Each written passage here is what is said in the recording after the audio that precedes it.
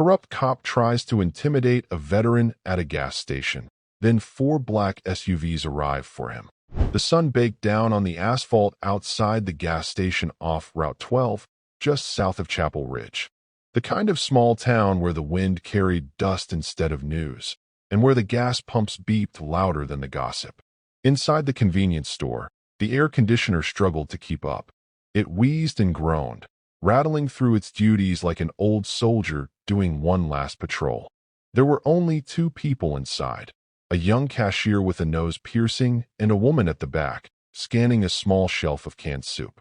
She wore a faded flannel shirt, boots older than most people in town, and a worn denim cap that said Montana in crooked white letters.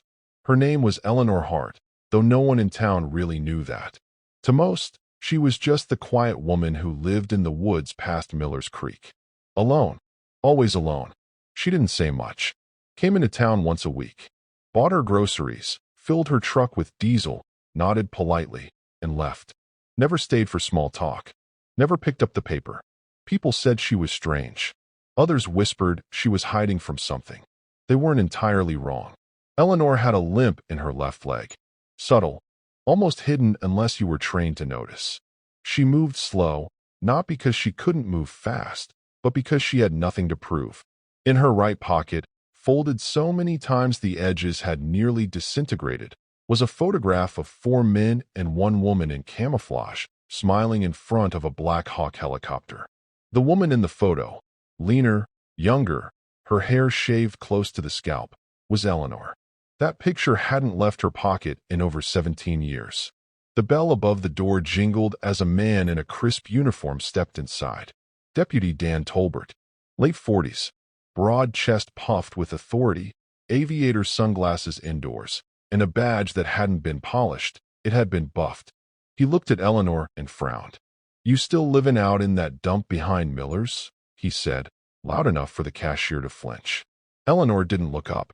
She placed a can of chili in her basket and walked calmly toward the front. "I'm talking to you," he added, stepping in front of her path. "You can't just skulk around town like some vagrant.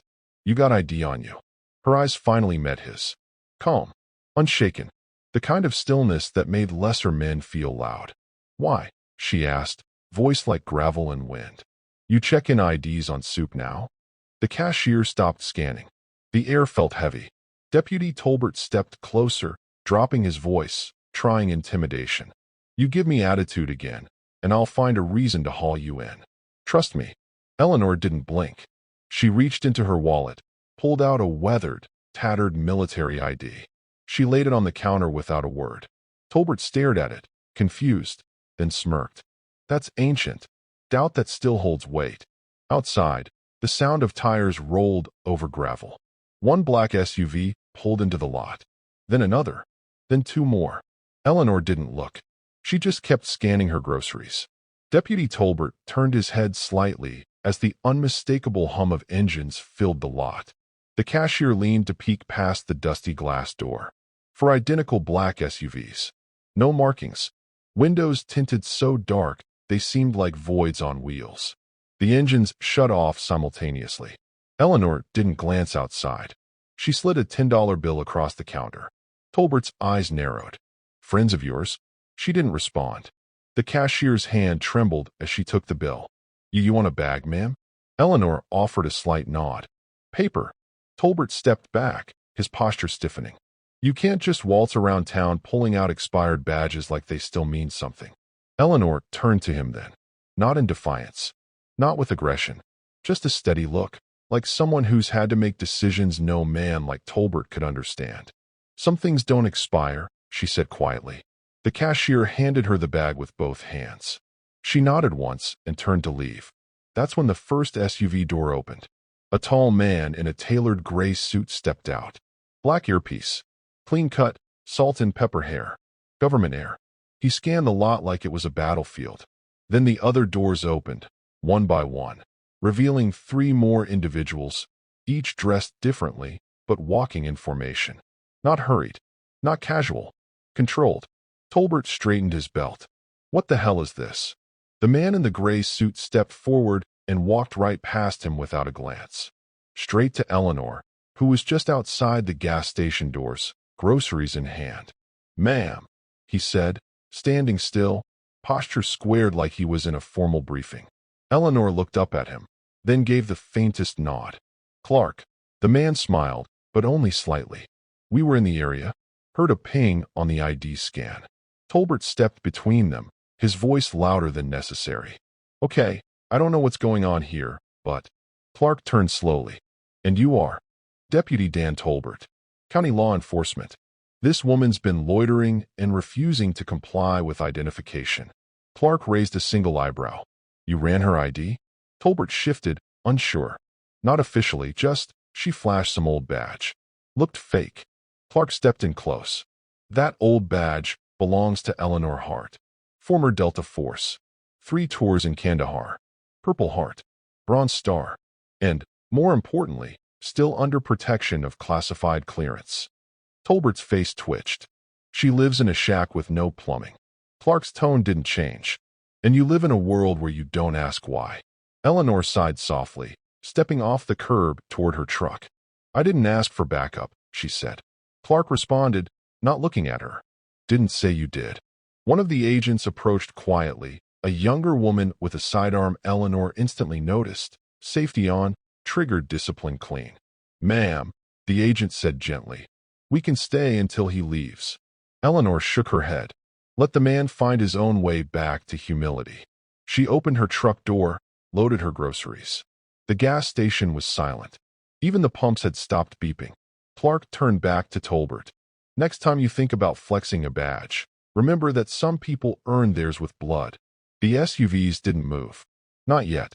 They sat like sentinels under the late morning sun, windows dark as obsidian, engines silent but ready. Eleanor climbed into her rusted pickup, a '94 Dodge with chipped paint and more grit than horsepower. She didn't start it right away. Inside, she stared at the wheel, her fingers tracing the faded steering leather. A flicker in her eyes, something almost imperceptible. Not fear, not anger. Memory. Back outside, Tolbert fumbled with his radio, but no words came out. Clark remained still, posture controlled like a man who didn't waste motion. One of the other agents whispered something into an earpiece. Another kept eyes on the road, scanning. Tolbert finally found his voice. "So what, y'all Secret Service?"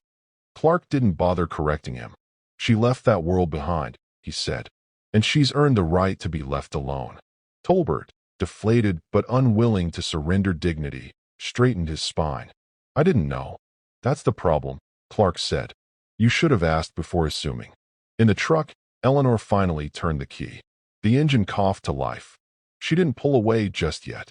Instead, she reached over to the passenger seat and gently picked up an old cloth bundle. Inside it, wrapped tight with care, was a metal case, one she never showed anyone.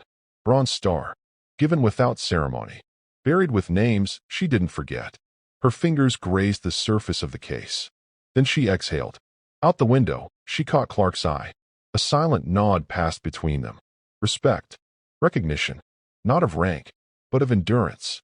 Clark returned to his SUV. The agents followed. Doors closed with precision, and in less than a minute, the convoy reversed, turned, and disappeared down Route 12 without a single tire squeal. Tolbert stood in the lot alone now, sweat starting to form at his temples. He looked at the cashier. "You believe any of that?" The cashier, still rattled, whispered, "I think we all just got lucky she's on our side." Tolbert watched the truck disappear into the distance, dust rising behind it. That evening, after the sun dipped low and painted the sky with tired oranges, Eleanor's truck returned to her cabin. The path was long, hidden behind overgrown brush and a metal gate no one dared approach. The cabin was modest, wood-worn, windows clean, wind chimes made from shell casings clinking softly in the breeze. Inside, she set down her groceries, fed the old mutt asleep by the door, and stepped out back to the porch. A mug of black coffee, the sky above stretching wider than silence. She watched the stars come out, and somewhere deep in the woods behind her, a trail of stones formed a quiet path to 5 crosses, half sunk in moss. She visited them every night, whispered each name, And when she did, her voice, always soft, always steady, sounded like the wind through tall grass. There were 5 names Eleanor never said aloud unless she was facing those crosses. Not out of superstition, out of reverence. Jackson, Ruiz, Latham, Briggs, and Cole. Each one had stood beside her through a war most people couldn't pronounce. Not the kind of war fought on maps, but in shadows and silence. Special operations left no parades behind, only scars no one could see. That evening, under the hush of twilight, Eleanor sat cross-legged in the clearing behind her cabin. A candle burned at each cross, flickering gently in repurposed ration cans. Her hands rested on her knees, palms open, a ritual she never explained to anyone, because no one had ever asked. "I had chili today," she murmured. Same brand Jackson hated. "Still don't know why. Tasted like metal," he said. Her voice wasn't sad. It was present, alive in the moment. She looked at Cole's cross. UDVE had a field day with that deputy. Probably would have hacked his patrol car to play country music on loop. She chuckled, barely. Wind moved through the trees. The sound of branches creaking felt like an old friend leaning in to listen. She leaned forward, lit another candle, and spoke only one more sentence. "I still remember the way Latham tied his boots. 3 loops, then pull." It wasn't grief that haunted Eleanor. It was memory. And memory, to her, was a form of duty. Back inside, she locked the door with an old deadbolt she'd installed herself. Reinforced frame. No weak points. Anyone trying to come through that door wouldn't make it halfway before the shotgun in the umbrella stand reminded them they'd chosen the wrong cabin. But she didn't live in fear. She lived in watchfulness. Like a lighthouse. Always quiet, but never asleep. That night, the knock came late. 3 slow taps. She rose from her armchair, walked barefoot across the wooden floor, peered through the peephole. Teenager. Skinny. Local. Face pale under the porch light. She cracked the door slightly. "Can I help you?" The kid stammered. "You're Miss Hart, right? You were at the station today." She didn't answer.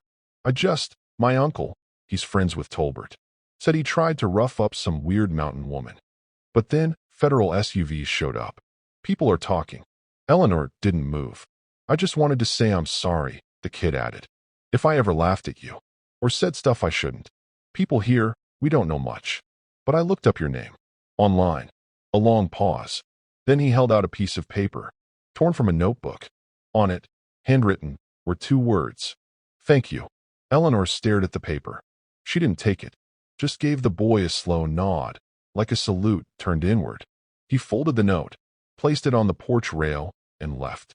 She stood there a long while before picking it up, and for the first time in years, her fingers trembled. By morning, the town had already changed. Not in any official way. There were no press releases, no articles, no public apologies. But the tension had shifted. A few people at the diner whispered about what happened at the station. A trucker mentioned black vehicles in the same sentence as covert ops, and a mechanic swore he saw a government badge that didn't even have a name on it. But Eleanor didn't return to town. She never needed to. At her cabin, she hung the boy's note beside her kitchen window. She didn't frame it, just pinned it next to a faded photo of her unit and a cracked coffee mug with "Foot Brag" printed in half a decal. She stood there a long time, sipping coffee in silence. The kind of silence that isn't empty, the kind that holds weight. Back in town, the mayor, a tired man with too much hair dye and not enough spine, called Deputy Tolbert into his office. "What the hell happened yesterday?" the mayor asked, flipping through a stack of citizen complaints. "We've got 3 calls about government vehicles. One from a man who thinks the CIA has listening devices in our gas pumps." Tolbert tried to stand tall. "She gave me attitude. I was trying to ID her." "You ID a Delta Force veteran in front of witnesses? What the hell were you thinking?" Tolbert sputtered. "How was I supposed to know? She lives like a hermit. Doesn't even pay for internet." "She doesn't need internet," the mayor snapped. "She's on a watch list. A protected one." The room went quiet.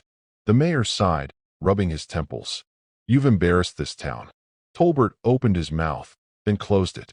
He was used to being the loudest man in the room, not the one being talked down to. Across the street, In a quiet library that barely had enough funding to pay its single clerk, a girl named Rachel sat at a computer, reading Eleanor's name. A government article, heavily redacted. A photo of a woman in full tactical gear. 2 words stood out. Operation Quiet Dagger. Rachel didn't know what that meant, but she printed the photo and took it home. Pinned it to her wall next to Amelia Earhart, Rosa Parks, in her mother's old Marine Corps uniform. That afternoon, someone left a folded American flag at the edge of Eleanor's driveway. No note, no knock, just reverence. She found it hours later, beneath the autumn wind. The kind of flag that had once been folded for her, for a moment when she didn't expect to come home. She picked it up gently, held it for a long time, then walked it into the house and placed it in the center of her mantle. She didn't need to know who left it. Some acknowledgments don't come with names. They come with silence. 3 days passed. The leaves on the birch trees near Eleanor's cabin began to turn, not quite golden, but ready. Mornings brought a chill now, the kind that clung to flannel and seeped into bone. But Eleanor welcomed it. Cold was familiar. Cold meant discipline. It kept the mind sharp.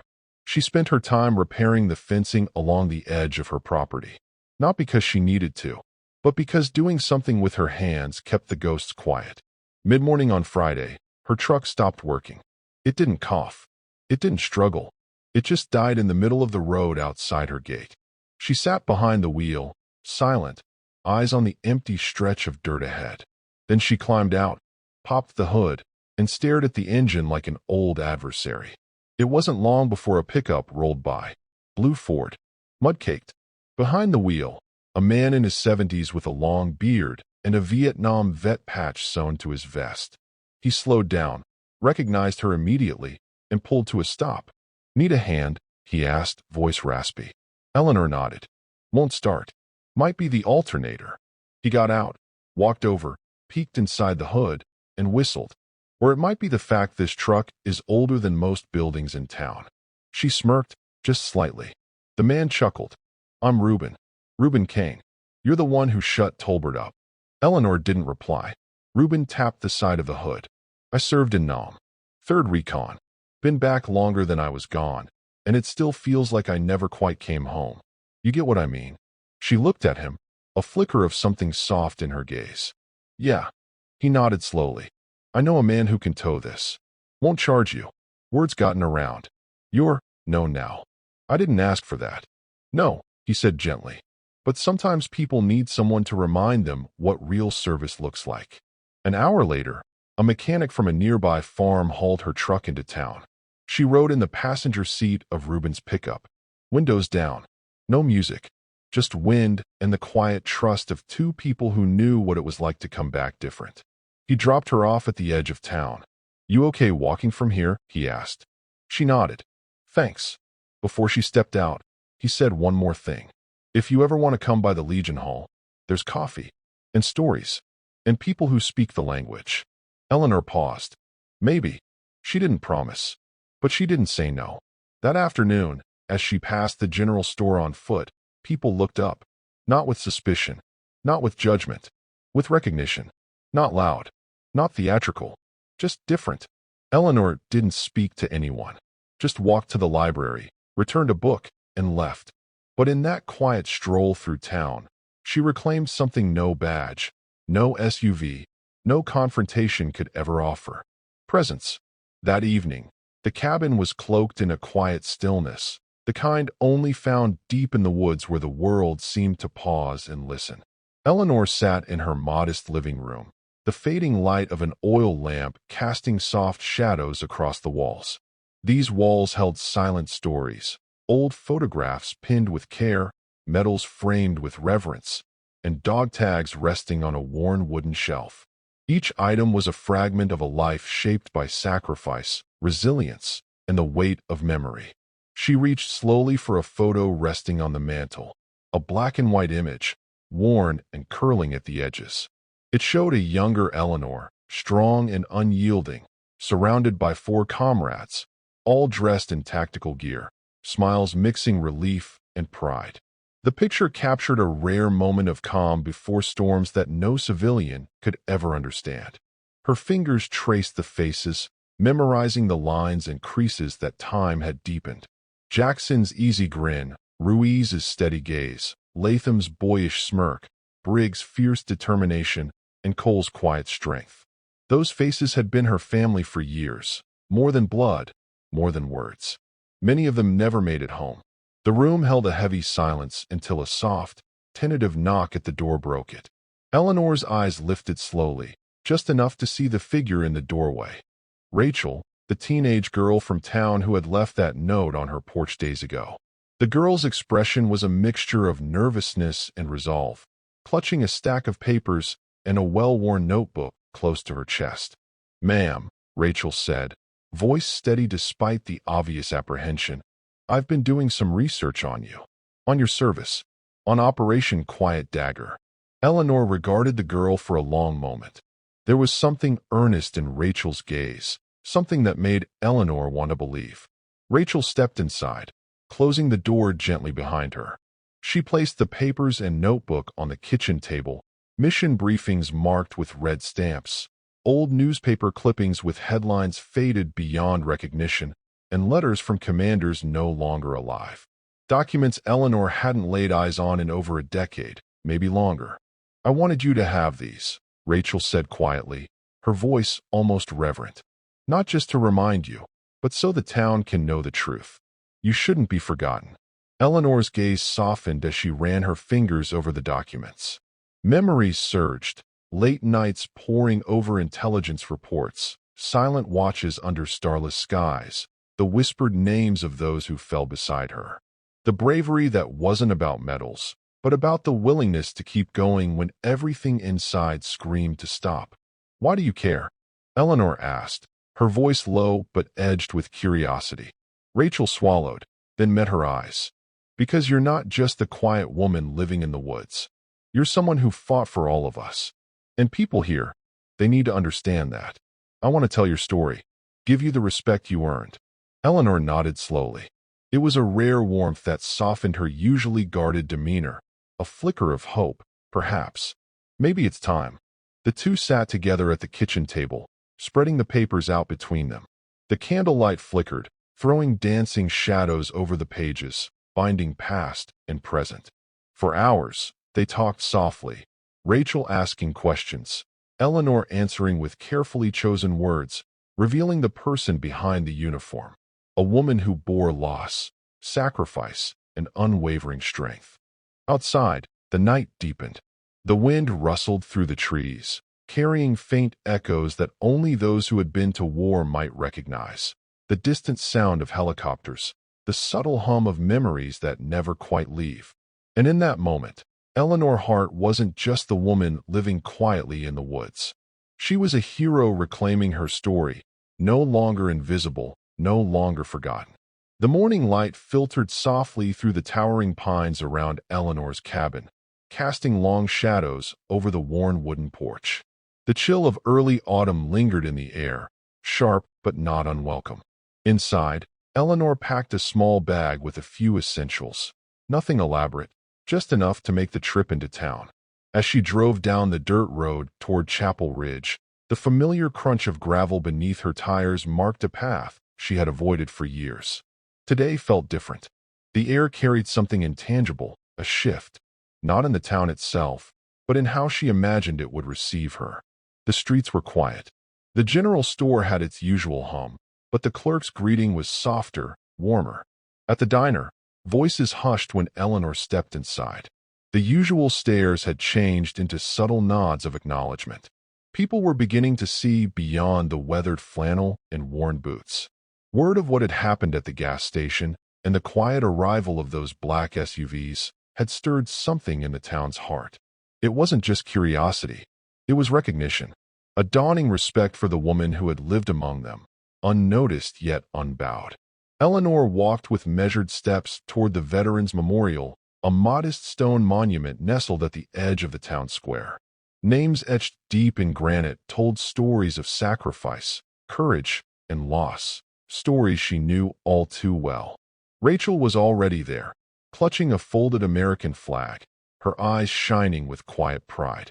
A small crowd had gathered, their presence hesitant but genuine. Eleanor approached the monument. She reached into her coat pocket and carefully pulled out the Bronze Star medal she had kept hidden for years. The medal caught the sunlight, glinting softly as she laid it reverently at the base of the stone. The crowd grew still. A gentle murmur passed through them. Reuben Kane, the Vietnam vet who had helped her days before, stepped forward. His voice was steady and filled with solemn respect as he spoke. "This is what real service looks like. This is honor." Others nodded in agreement, some wiping eyes, others standing taller. In that moment, Chapel Ridge transformed. No longer just a quiet town with dusty roads and wary eyes. It became a place where history and humanity met, where respect was reclaimed and dignity restored. Eleanor said nothing. She didn't need to. The silence held all the words. As the sun set, bathing the town in shades of amber and violet, she turned and walked away, back to her truck, back to the quiet life she had always known but now lived with a renewed sense of belonging. Behind her, the town watched, not with suspicion, not with doubt, but with a newfound respect. The days following Eleanor's quiet recognition at the Veterans Memorial brought a subtle change to Chapel Ridge.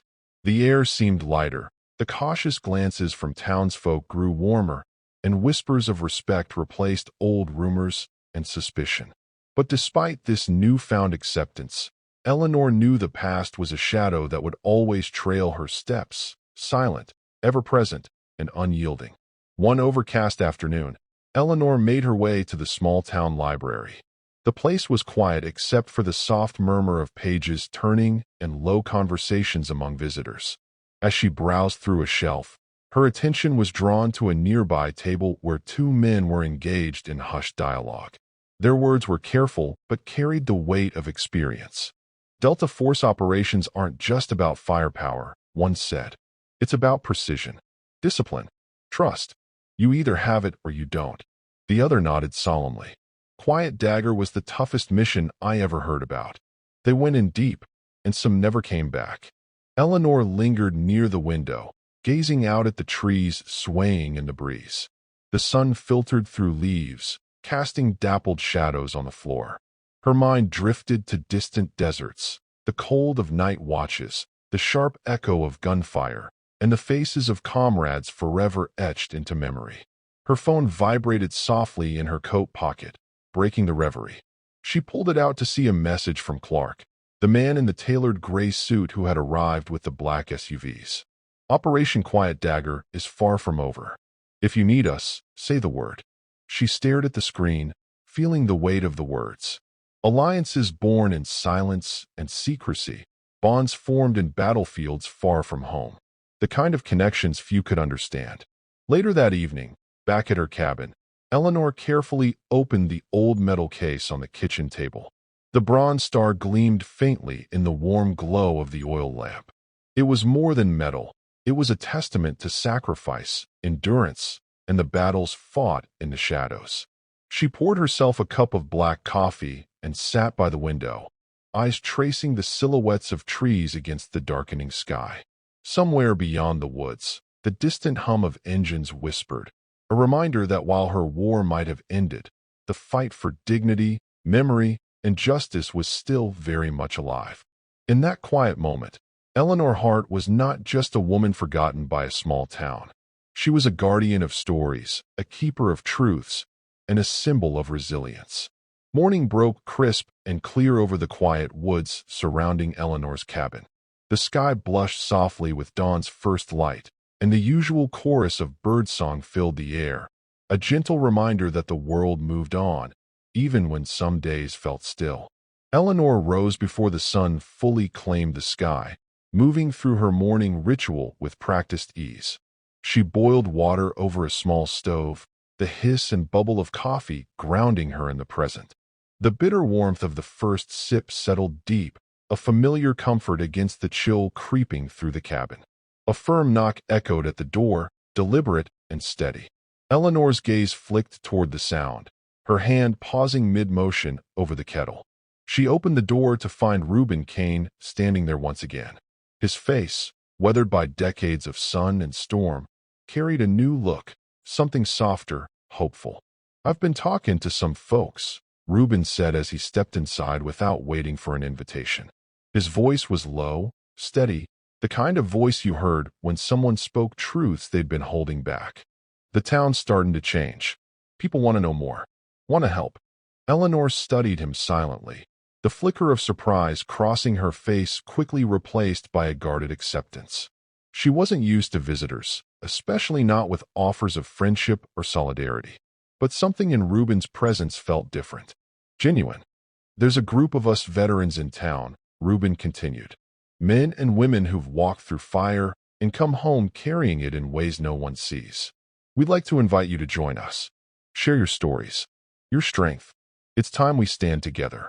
The words hung in the air, heavy with promise and unspoken wounds. For a moment, Eleanor hesitated. The scars of her past weren't easy to open. The memories of loss, pain, and sacrifice were hers to carry, not to unload on those who might not understand. But in Reuben's gaze, she saw something she hadn't felt in years, a flicker of belonging. She nodded quietly. Later that afternoon, Eleanor found herself at the old Legion Hall, a place she hadn't visited in years. The building smelled of worn leather, old wood, and faded memories, a sanctuary for those who had served and those who had come back changed. Around a circle of folding chairs sat veterans of all ages, faces marked by pride and pain, the unspoken language of shared experience. When Eleanor entered, the room fell into a hush before welcoming nods and warm smiles filled the space. One by one, stories were shared, moments of valor and hardship, loss and hope. Hands were shaken firmly, and silent understandings passed between those who needed no words. In the company of these unexpected allies, Eleanor felt the weight of solitude begin to lift. Here, among those who carried their own ghosts, she rediscovered a fragile but powerful sense of belonging. For the first time in years, Eleanor Hart was not alone.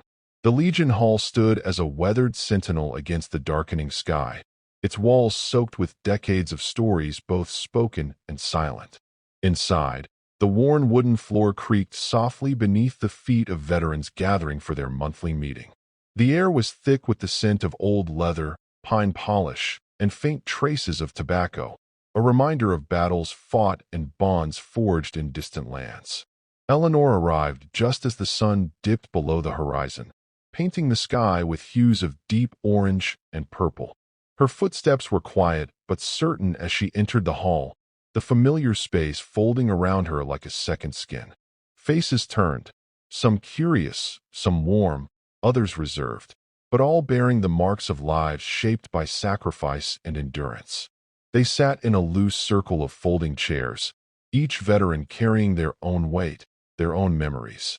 The room hummed with a respectful silence until one by one, stories began to flow.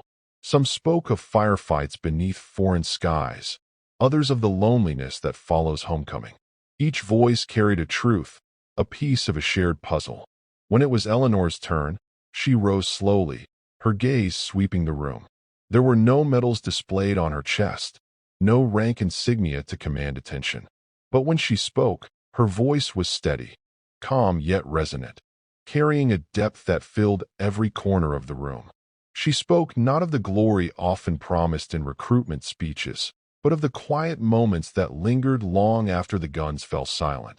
The nights spent watching over fallen comrades, the weight of names etched forever in memory, and the small acts of kindness that became lifelines in the darkest times. Her words were neither boastful nor sorrowful, but honest, an unvarnished tribute to resilience and humanity.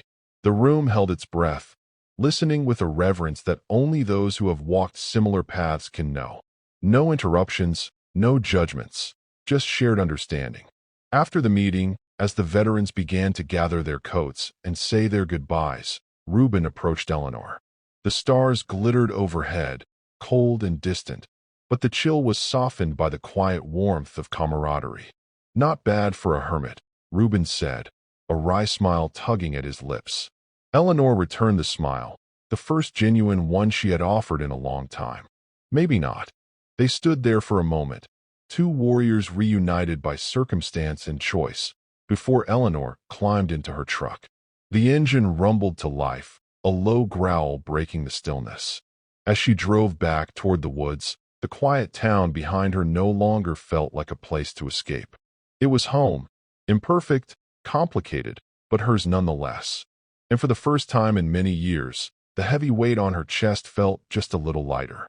The days slipped by like soft shadows through the trees, and the sharp chill of autumn began to settle in Chapel Ridge. Eleanor moved through her routine with a subtle but profound shift in the air around her. The weight she had carried for so long, the silence, the solitude, the feeling of being unseen, had started to loosen its grip. She was no longer invisible. At the local grocery store, the cashier no longer avoided her gaze but offered a small, genuine nod of acknowledgement.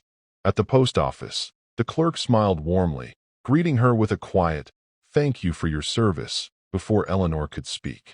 On the streets, instead of wary glances, she was met with respectful nods and quiet greetings, little acts that, taken together, wove her back into the fabric of the community she had long kept at arm's length. These moments were small but powerful, each one a thread, stitching a patchwork of acceptance and respect around her, a shield against the long years of isolation.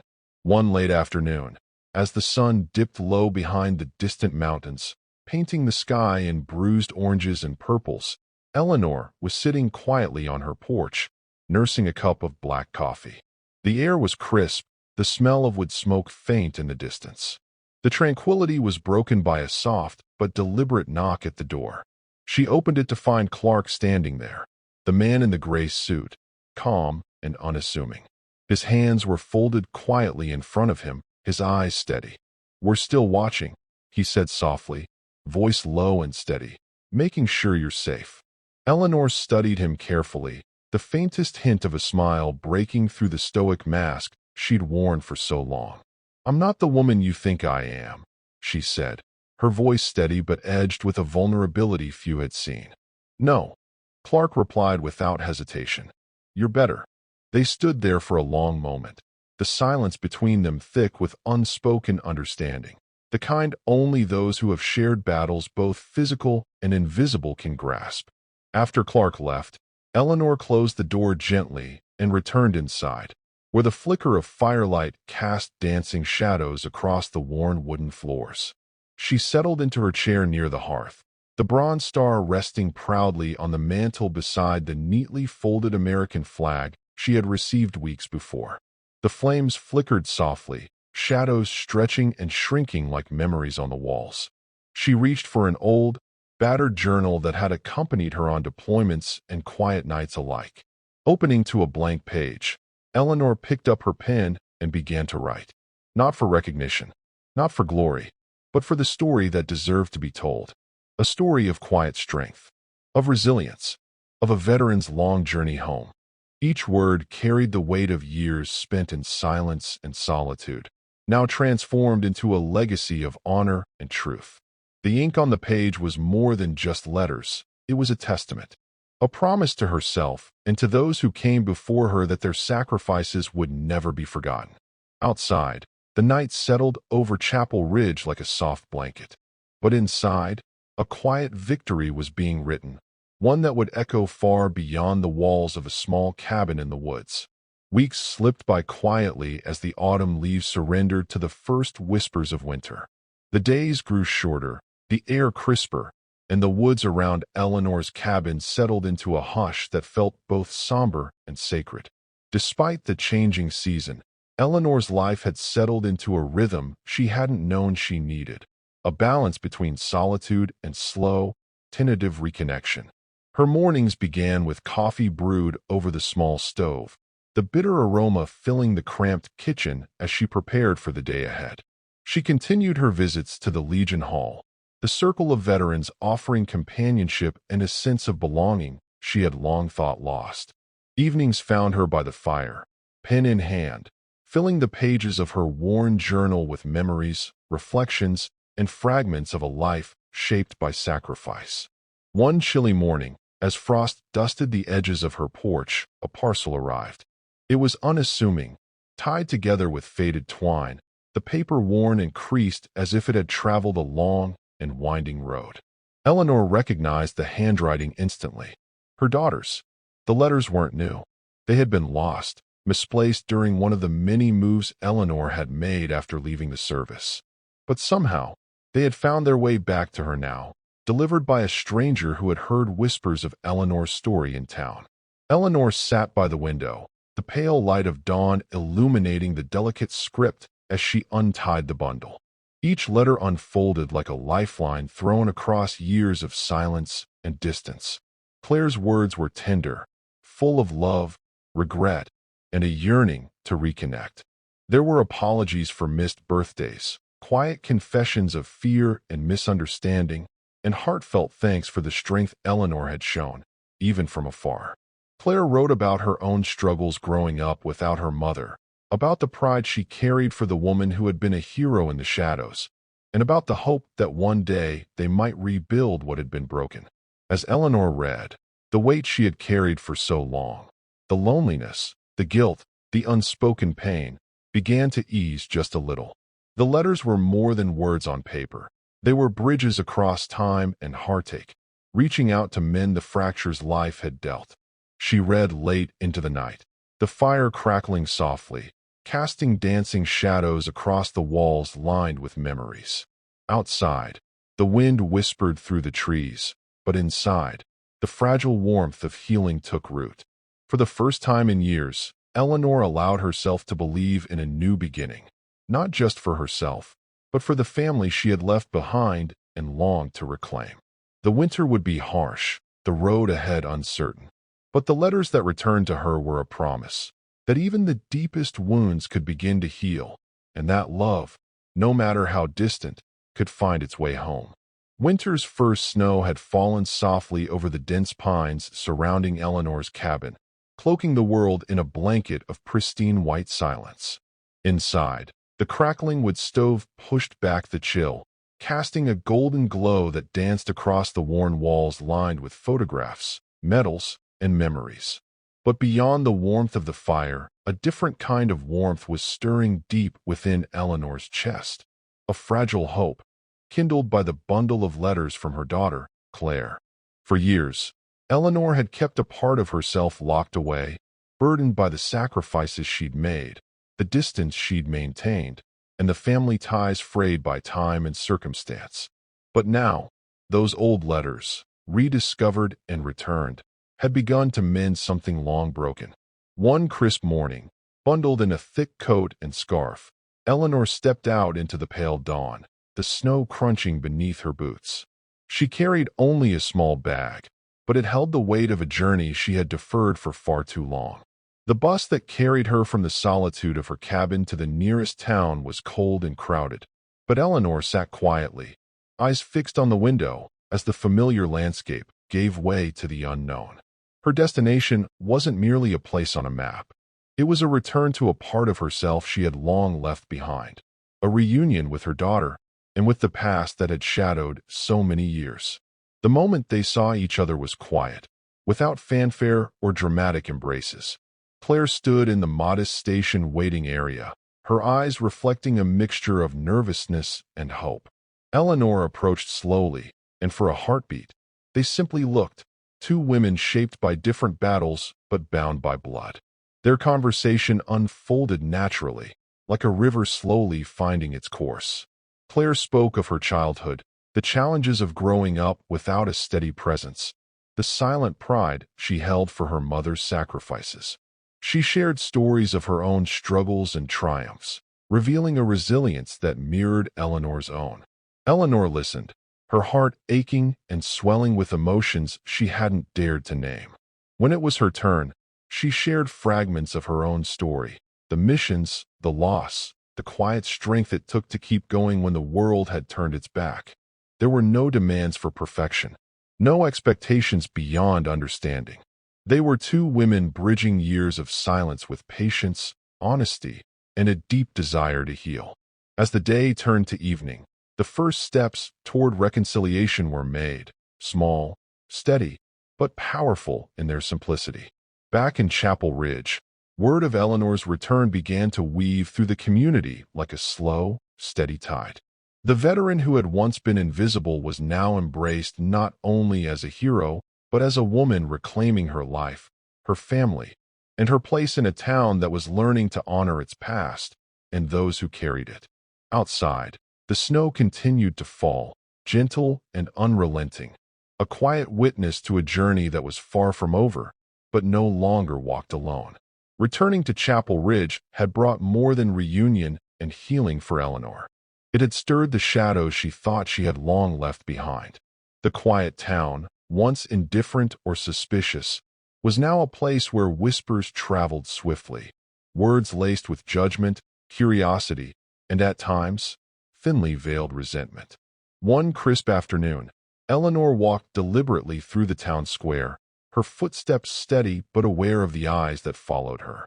The streets that had felt so distant and cold now felt alive with a tension she couldn't ignore.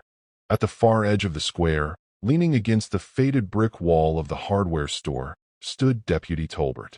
His eyes narrowed when he saw her, a cold, hard gaze that reminded Eleanor of the day at the gas station when he had tried to intimidate her. The memory of that moment, sharp and bitter, rose unbidden. Tolbert's voice broke the silence first, low and sharp, carrying the weight of old grudges. "You don't belong here," he said, words heavy with accusation. Eleanor met his eyes without hesitation, her own gaze calm but unwavering. "I belong wherever I choose," she replied, voice steady, calm, the voice of someone who had faced down far worse than small-town spite. A hush fell over the gathered townsfolk nearby. Their faces were a mixture of surprise and quiet support. No one spoke, but their attention was locked on the silent standoff between woman and deputy. Tolbert's confident facade faltered.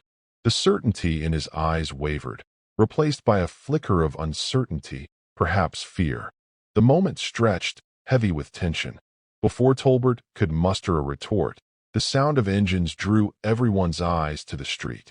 Four black SUVs rolled into the square with quiet authority. The vehicles slowed to a stop, doors opening with deliberate precision. Clark and his team stepped out, disciplined, controlled, their presence commanding but not aggressive. These were soldiers of honor, men and women who understood the stakes and the power of presence without unnecessary conflict. Their eyes scanned the scene calmly, resting briefly on Eleanor before shifting to Tolbert. The deputy swallowed hard, the weight of unspoken threats pressing down on him. The crowd murmured, the tension shifting palpably. What had once been a place of doubt and dismissal was now transformed into a moment of recognition and respect. The silent arrival of Eleanor's allies sent a clear message. This was not a battle Tolbert could win with intimidation or arrogance. Eleanor stood tall, embodying the dignity and strength forged through years of sacrifice. She said nothing more. Her presence, backed by the disciplined resolve of those who had stood by her in the darkest hours, spoke volumes. In that quiet moment, past and present converged. The quiet veteran, once invisible and dismissed, reclaimed her place, not through violence, but through honor, truth, and an unshakable presence. The sun dipped low over Chapel Ridge, casting a warm amber glow that stretched across the sleepy town like a final embrace at the close of day. The black SUVs, which had quietly arrived that afternoon with disciplined precision, were now distant figures on the winding road, a silent but unmistakable testament to the change that had swept through the town. Their presence lingered in the air, an invisible shield of protection, solidarity, and respect. The townsfolk who had gathered earlier in the square were slowly returning to their routines, but their eyes held something new, a quiet reverence for a woman they had once ignored or dismissed. Eleanor, the veteran who had lived on the edges of their lives, invisible and overlooked, was now undeniably present in their collective consciousness. Eleanor stood still by the edge of town, tracing a gentle hand over the bronze star pinned carefully to her jacket.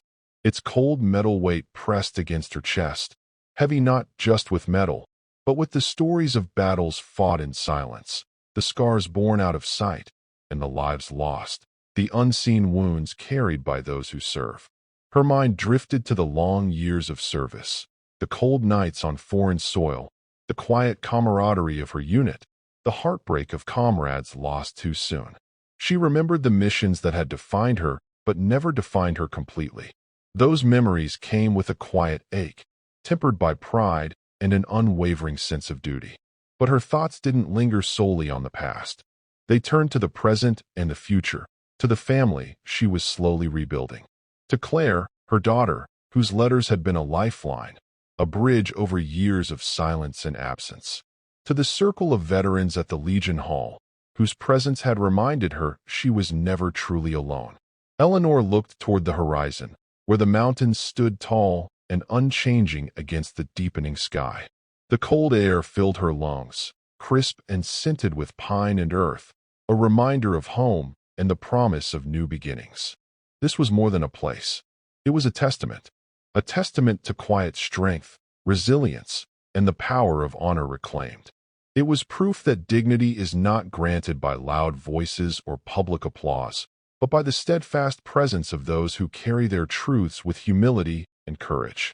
She closed her eyes for a moment, feeling the weight of the journey behind her and the steady beat of hope ahead. The snow beneath her boots crunched softly, a steady rhythm marking the steps of a woman who had finally found her way back. The journey had been long and hard, marked by loss, struggle, and moments of deep loneliness. But now, Eleanor was home, not just in the place where she lived, but in the quiet knowledge that her story mattered, that her sacrifices had not been in vain, that she was seen, respected, and honored, not just as a veteran, but as a woman who had endured and triumphed. As the last light faded from the sky, Eleanor turned and walked back toward her cabin. The soft glow of the fire inside welcomed her, a beacon of warmth and peace. Outside, the world settled into night, but inside, a quiet victory was born. The victory of a veteran finally at rest, finally home. Thank you for following this story. If you enjoyed it, please subscribe and share your thoughts below. Where are you watching from? Let us know in the comments. Stay tuned for more immersive tactical stories.